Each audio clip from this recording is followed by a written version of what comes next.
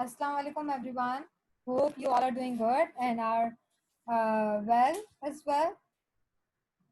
Students, in the previous class, we have learned and discussed till the fourth generation computer.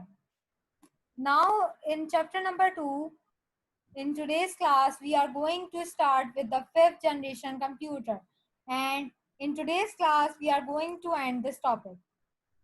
Fifth generation computers 1980 till present and onwards. In the fifth generation period of computers, the microprocessor chips were developed having 10 million electronic components. In fact, the speed of the microprocessors and the size of the main memory and hard disk are to be doubled almost every 18 months.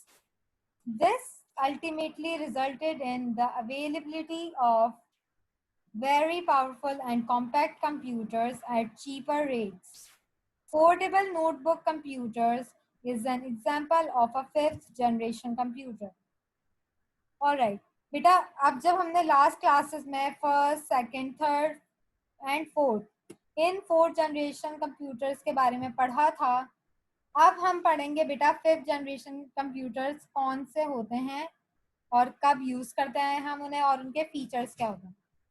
Fifth generation के period में computers क्या होते थे बेटा, किससे बने हुए होते हैं, माइक्रो प्रोसेसर चिप्स से, जिसके अंदर कितने कंपोनेंट्स होते हैं, कितने पार्ट्स होते हैं, 10 मिलियन इलेक्ट्रॉनिक पार्ट्स मौजूद होते हैं। और बेटा इन माइक्रो प्रोसेसर की स्पीड क्या होती है, ज्यादा होती है, और इनका जो साइज होता है वो मेमोरी का वो छोटा होता है, ठीक है। और हार्ड डिस्क जो होती है, मतलब हार्ड डिस्क के 18 मंथ्स के डबल लगा लें। और बेटा इसका जो फिफ्थ जनरेशन के जो कंप्यूटर्स होते हैं उनका फंक्शन क्या होता है कि वो जो है बहुत चीप होते हैं, पावरफुल होते हैं ज़्यादा, और आजकल मतलब जो उसका रेट होता है वो क्या होता है, चीप होता है। जो 1980 से अभी तक और जो आगे कंप्यूटर्स यूज करेंगे हम उन्हें बोलते हैं बेटा फिफ्थ जनरेशन के कंप्यूटर्स होते हैं। Moving to page number 11, now we are going to discuss some features of the fifth generation computers.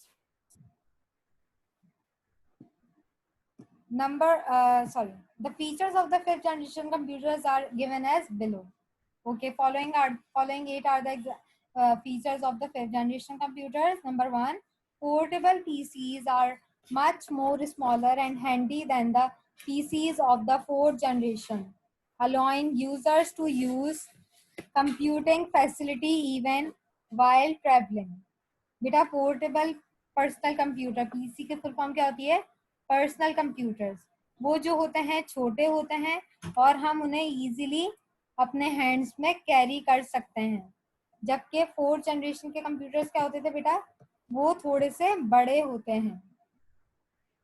और हम जब बेटा फॉर एग्जांपल अगर आप लैपटॉप की बात करें तो लैपटॉप क्या है बेटा, वो फिफ्थ जनरेशन की टेक्नोलॉजी है। फिफ्थ जनरेशन की जो टेक्नोलॉजी है तो इसका मतलब हम उसे इजीली अपने हैंड्स में कैरी कर सकते हैं ट्रैवलिंग करते हुए भी। Number 2, the super computers are several times more powerful than the mainframe systems and super computers of the fourth generation. अब बेटा सुपर कंप्यूटर्स क्या होते हैं, वो ज्यादा पावरफुल होते हैं मेन फ्रेम कंप्यूटर से, और जो कि फोर्थ जनरेशन में आए थे सुपर कंप्यूटर्स, ठीक है। Number 3, they consume much less power than the earlier computers. बेटा जो फर्स्ट, सेकेंड, थर्ड और फोर्थ जनरेशन के कंप्यूटर्स होते थे, फिफ्थ जनरेशन के कंप्यूटर्स जो हैं वो कम इलेक्ट्रिसिटी कंज्यूम करते हैं जब भी उन्हें ऑपरेट करना होता है। Number 4, they are much more reliable and less prone to hardware failures than their predecessors, hence the maintenance cost is negligible.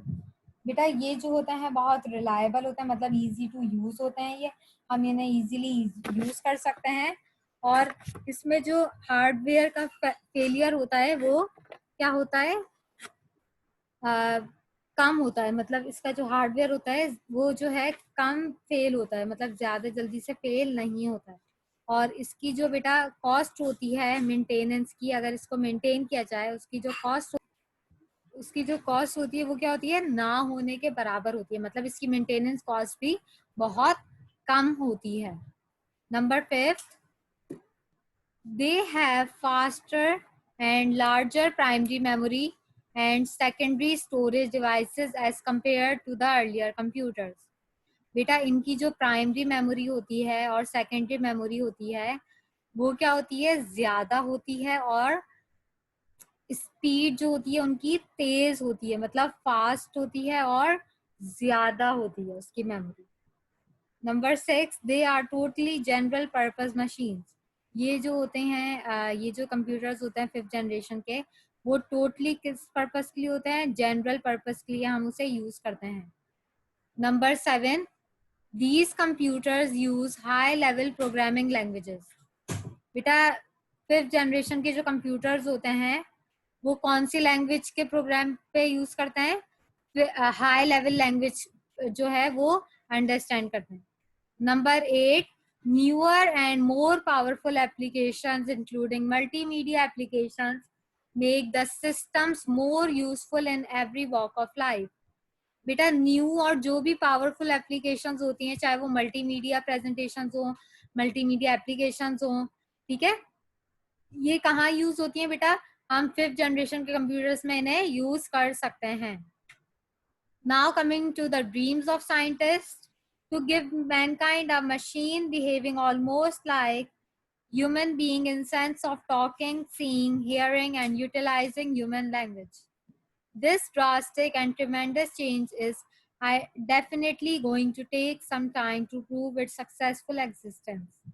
बेटा अगर हम साइंटिस्ट के ड्रीम्स की बात करें तो उनका ड्रीम क्या है, साइंटिस्ट का ड्रीम कि मैनकाइंड को वो मशीन देना जो बिल्कुल ह्यूमन बीइंग कर सकते हैं, मतलब ह्यूमन बीइंग की तरह सेंसेस, बात कर सकें, देख सकें, हमारी बात सुन सकें और ह्यूमन की लैंग्वेज को अंडरस्टैंड कर सकें और यूटिलाइज कर सकें।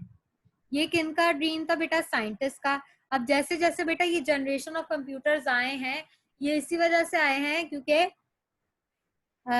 जो है बेटा उनका फंक्शन क्या था, क्या नाम है, ड्रीम्स का, साइंटिस्ट का ड्रीम क्या है कि लोगों तक वो डिवाइसेस, वो मशीन पहुंचाना जो अपग्रेड करते रहें, ठीक है, उनमें चेंजेस आते रहें और अपग्रेड करते रहें।